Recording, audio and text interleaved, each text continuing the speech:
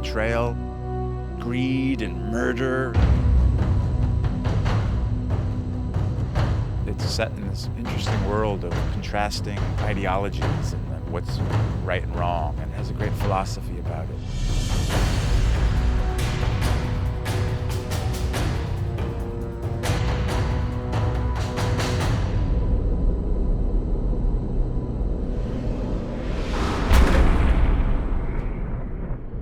Game of Thrones is about power struggles in a fantasy kingdom called Westeros, and it's about the struggle for the Iron Throne, which is the seat of power in this kingdom. There's a war coming, Ned.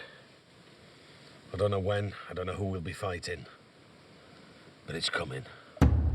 At the core of it, there's a conflict for power between two great houses initially, House Stark and House Lannister. The other major houses are all contenders as well. It's a suitably complicated political situation. The old truth that power corrupts, I think, is very valid, and it shows in this series. You see characters that come into power and how they change. In a way, it's about how people forget to see the bigger picture. There's a common threat that everybody kind of ignores because they're too busy pursuing their own interests. And meanwhile, outside the Seven Kingdoms, two great threats are rising, one across the sea in the exiled Targaryen siblings, and another one far to the north, beyond the Wall, which is the boundary of the Seven Kingdoms, in lands of perpetual ice and cold, where a supernatural threat is stirring.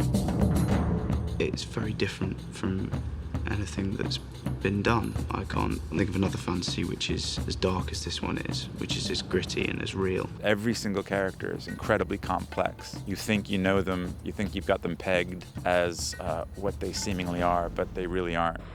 Is there someone in your service whom you trust completely? Yes. The wiser answer was no, my lord. It's not a good guys, bad guys story. It's a story where everybody is pursuing their own interest and everybody is following their own code, and it's about those interests and those ethics coming into conflict with each other, and it just provides a much richer story than the guys in white beating the guys in black. Lord Baelish, perhaps I was wrong to distrust you. Distrusting me was the wisest thing you've done since you climbed off your horse. It's quite a big, sprawling, epic kind of story, and fascinating characters, different characters, very rich, sort of tasty characters in there. You don't know who they all are and how they fit in. Shouldn't be out here, my lord. There's no telling who has eyes where. Let them look. So I've found it's very dense and it's very multi-layered. I think that's what I found quite intriguing and quite fascinating about this thing.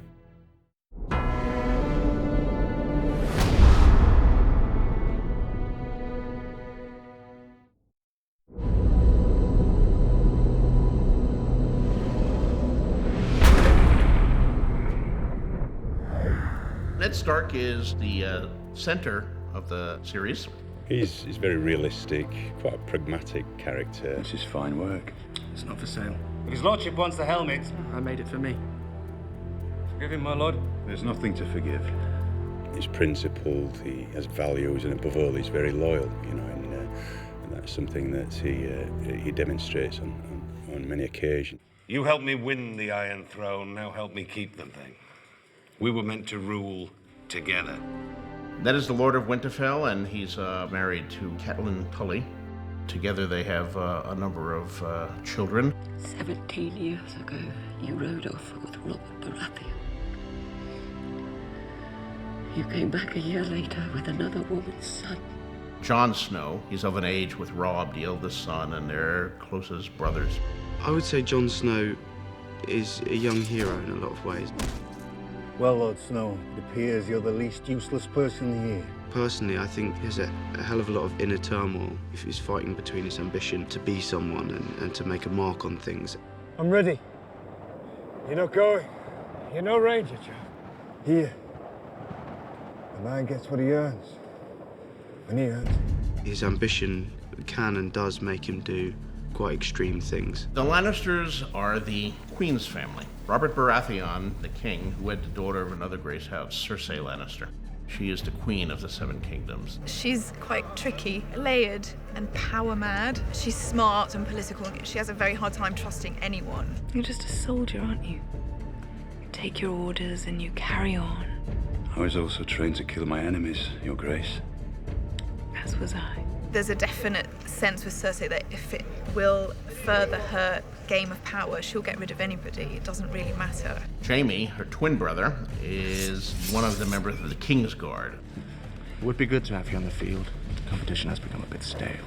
I don't fight in tournaments, because when I fight a man for real, I don't want him to know what I can do. He is a soldier, and he doesn't care about the politics. He knows the game, and he does not want to be directly involved in it. Cersei and Jaime also have another brother, Tyrion Lannister. Tyrion Lannister, because of his size, has had a very complicated upbringing in relation to his father and his sister. He's very well read. He has 0 powers with physical defenses, so he has to defend himself with his wit and charm. Why'd you read so much? Look at me and tell me what you see. Is this a trick? What you see is a dwarf. My brother has his sword, and I have my mind. And a mind needs books like a sword needs a whetstone. There's a set of characters that you also encounter who are across the Narrow Sea on an entirely different continent. May I present my honored guests, Viserys of House Targaryen, the rightful king of the Andals, and his sister, Daenerys of House Targaryen. He's a man on a mission. He's fairly obsessive about one thing, which is regaining his crown. When they write the history of my reign, sweet sister, they will say it began today. He's very bitter and resentful of the people who took it from him, and he carries a huge burden. His sister is Daenerys Targaryen, also known as Daenerys Stormborn. Tell them to stop. You want the entire horde to stop? For how long? Until I command them otherwise. She goes on such a journey. She gets put up with a lot of obstacles coming her way, and every time she overcomes them, she succeeds, and she kind of just gets stronger and stronger as she goes on. She's an incredible, wicked person. There's plots within plots and wheels within wheels, and many people competing for one seat.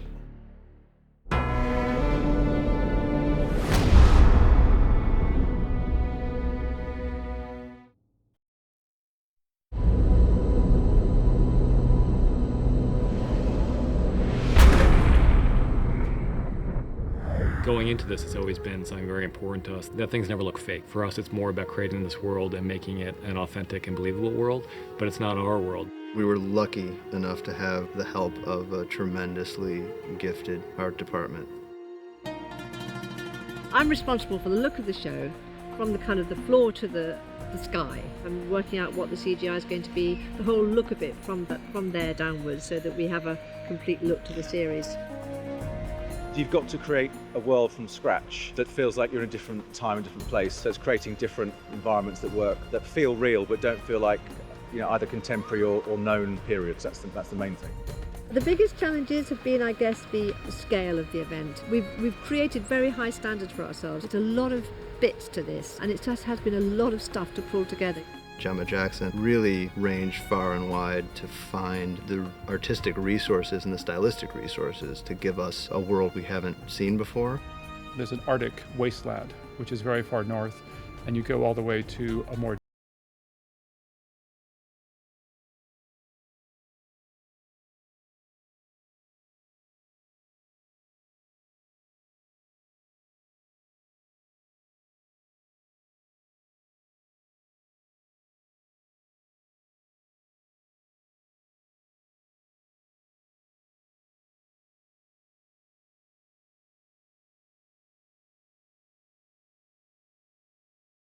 based in real physics, even if it's fantasy, there has to be a reality to it or it will just look like a set.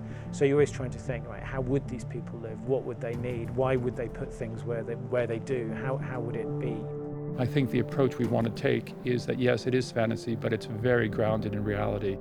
And I think we want to make it as real as possible. And that's the same approach we're taking with absolutely everything. And I think as the series goes on, you'll see the great difference between the 4 worlds in which the series inhabits. So it's very important that it have a completely different look and that the light be different and the topography.